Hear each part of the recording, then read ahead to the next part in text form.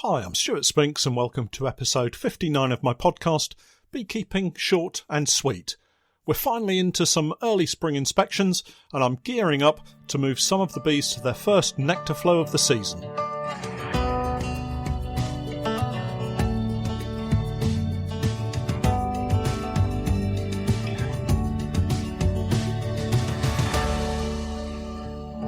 Beekeeping Short and Sweet, a beekeeping podcast for the inquisitive beekeeper with a short attention span. A beekeeper, in fact, just like me. Welcome back, everyone, and this week has seen that lovely warm early spring disappear down a rabbit hole very, very quickly, and we're once again back down to, I guess, more normal temperatures for the time of year. A lot of days over the past week have been down into single figures temperature-wise, and the last couple of days have seen frosts on the truck windscreen, which is as much frost as I think I saw all of the winter. The good news is I've been able to carry out some inspections on all of my colonies now during that warm spell, and I have to say that on the whole they're looking really strong and healthy. I have colonies with as many as 8 frames of sealed brood ready to explode into life, and with our main early nectar flow of oilseed rape just starting to flower, it looks as though we might see an alignment of good fortune and a decent early crop of honey. That said, of course, it's way too early to be counting jars of honey on the shelf from a crop that's not yet past 10% in flower.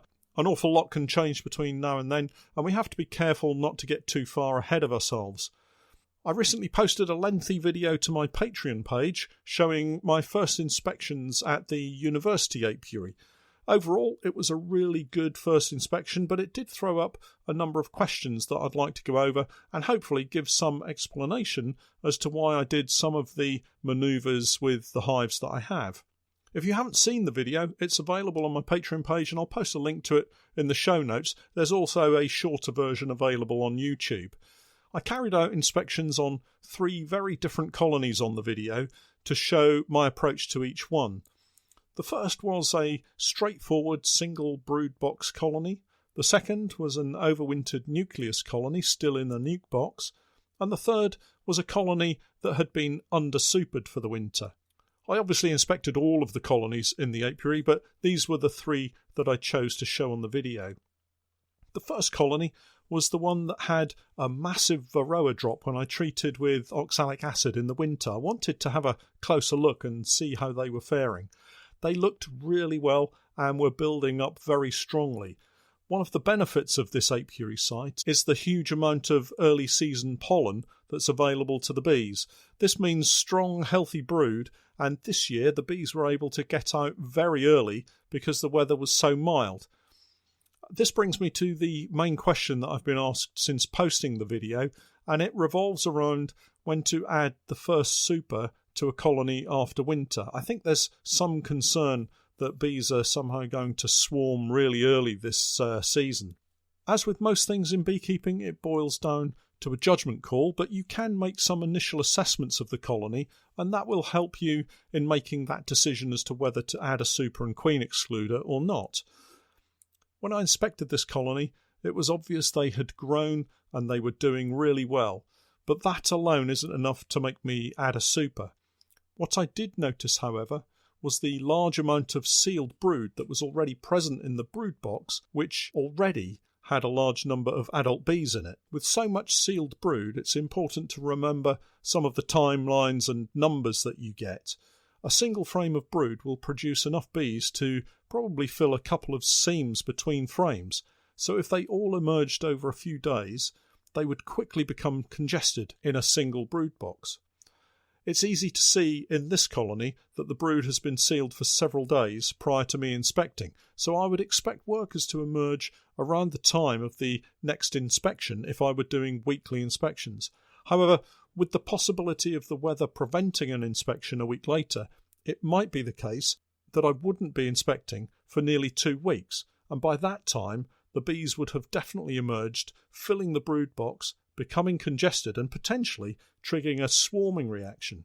By adding the queen excluder and super above the brood box, I effectively give the colony about half as much space again as they have, so that any emerging bees have space to move into and not become congested. I'm not adding the super to the hive because I think I'm going to get a nectar flow and see honey being stored. And this is a really important distinction to make for beginner beekeepers.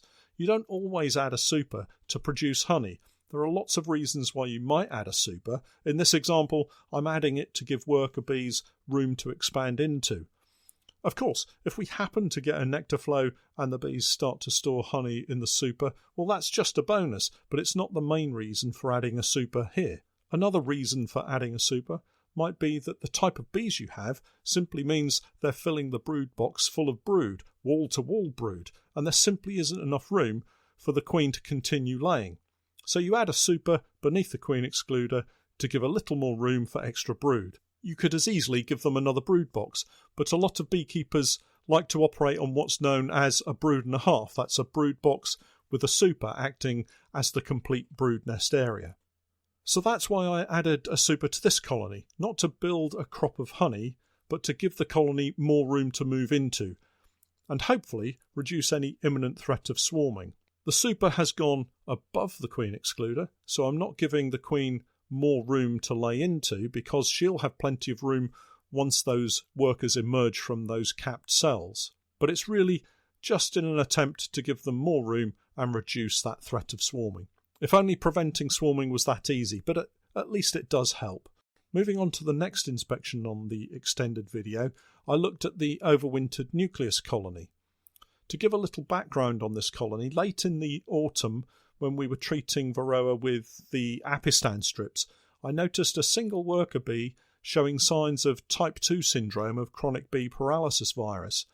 And so, on top of the roof, I'd written CBPV with a question mark to remind myself at this time of the year.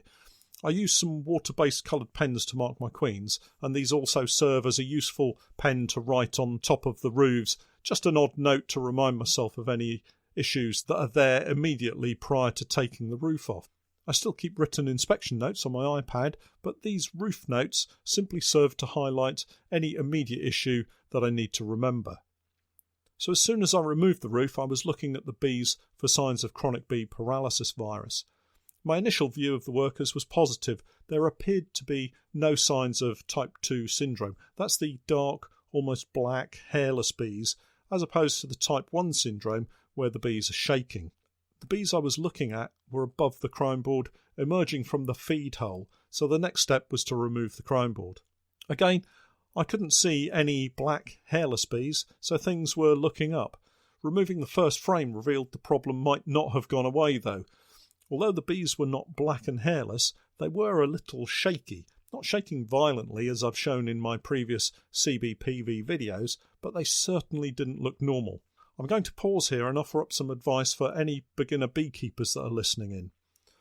The single most important thing that you can learn when considering bee pests and diseases is to learn what healthy bees and healthy brood look like. If you know what healthy bees and brood look like, you'll know immediately when things are not normal and are unhealthy. This is so important, I'm going to say it again.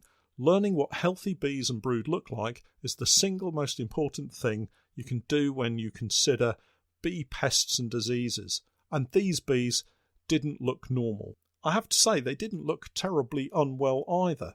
Even as an experienced beekeeper, you can sometimes look at your bees and almost, try to will them to be healthy.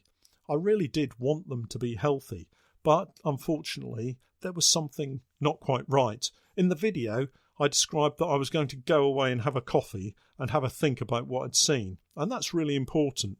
That said, by the time I'd got to the end of the recording session, I was pretty convinced in my own mind that they had type 1 syndrome of chronic bee paralysis virus. There's really not much to do at the moment, but I will move them into a full-size hive and give them more space. In talking to Professor Giles Budge from Newcastle University, it was apparent that he felt that bees that were in very close proximity to each other within the hive were on balance more likely to spread the virus, and of course that seems to make perfect sense, so giving them some more room might help. It does throw up the question of what to do in the long term with my CBPV colonies, and as a bee farmer I'm tempted to go down the destruction route rather than see it spread into my other colonies. We'll have to wait and see. I've yet to make a final decision on that. So on to the final colony shown in the extended video, and this one was a commercial brood box that I placed a super beneath for the winter. I did this just to show the method. I don't normally under-super my commercial brood boxes. I wanted to show how I reorganised the setup back to a state where the super is back above a queen excluder on top of the brood box. I chose a perfect colony for the demonstration as I'd cocked things up a little, as I'll explain. The issue I found was that she'd been down into the super and laid a number of frames up with eggs. Now, that's not normally a problem, but this time I'd inadvertently added a super which contained drone brood cells, and so now I have a super with about 5 frames of developing drone brood. Again, not a major problem, and you can tackle this situation in a variety of ways depending on your setup and your needs. The important thing to remember when going about the reorganisation process is to take your time and make sure you get the queen back down into the bottom brood box before you put the queen excluder back on. Sometimes easier said than done. However, on this occasion, I managed to find the queen quite quickly and get her back down into the brood box. So my method for reorganising the stack is quite simple really. I remove the roof and place this upturned on the ground in front of the hive. I then lift off the brood box, which has been sat on top of the super all winter, and place this diagonally across the top of the roof. This then allows me to remove the super from the floor, and at this point I've not inspected anything. I've just broken down the hive. I stand the super on its edge next to the floor and stand, but away from the brood box. I don't want the queen sneaking from one box to the other while my back is turned. The brood box then gets lifted back onto the floor, and I normally follow this with a quick look in the roof to see if the queen has possibly wandered down into the roof, which has happened to me several times in the past. Now I can settle into my main inspection of the brood box, and my primary aim being to find the queen. As it happens, I spotted her on one of the brood frames about 4 frames in. This is where having your queens marked can really help. I went through the rest of the brood frames, checking quickly for stores, brood, checking the general health of the bees and brood before squeezing all the frames back together and moving on. Knowing the queen is in the brood box makes the rest of the inspection a doddle really. Well, that's in most situations. The next item to go back on the hive was the queen excluder, cleaned and scorched over winter and ready to be reused. The super goes back on top of the queen excluder, and this now means the queen can no longer get back up into the super to lay eggs. Unfortunately, as I mentioned earlier, I'd used a super full of drawn drone foundation, so all of the cells the queen had laid in were unfertilised drone brood. This could be seen as a disaster, but beekeepers can always turn a bad situation to their advantage, and it opened up several possibilities to me. Firstly, I could use the drone brood as a mechanical trap for varroa. Varroa mite will preferentially select drone brood cells as the brood is capped longer than worker brood, 24 days instead of just 21. This means I could simply allow the brood to become capped and then remove it along with any varroa that might be in the cells, pop it into the freezer and then allow the chickens to do the rest. Another option would be to allow the drone brood to emerge because they're from a colony that I want to use for mating purposes. Having an excess of drones from selected colonies means you have a greater chance of any virgin queens mating with a gene pool of your choice rather than random mating, and this could give you traits that you're hoping to select for. One of the problems of having drones above the queen excluder is at the moment they're trapped. Because they're so much larger than the workers, they can't squeeze through the queen excluder, so unless I go back in to let them out, they could die up in the super. One way of managing this is to use a queen excluder with an entrance above the excluder. This will let the drones out without having to physically remove the super. If you have a Bailey board, this will do the trick nicely. So that was the 3 very different situations I found in just 3 of my colonies, and it makes for an interesting day's inspecting. I continued to inspect the rest of the colonies in this apiary after we'd completed the filming, and all of the remaining colonies were in excellent shape, so I'm looking forward to seeing how the early season progresses. As this podcast comes out to you on Patreon, I'll be moving quite a number of my colonies over to a large crop of oilseed rape, so I'm expecting big things this spring.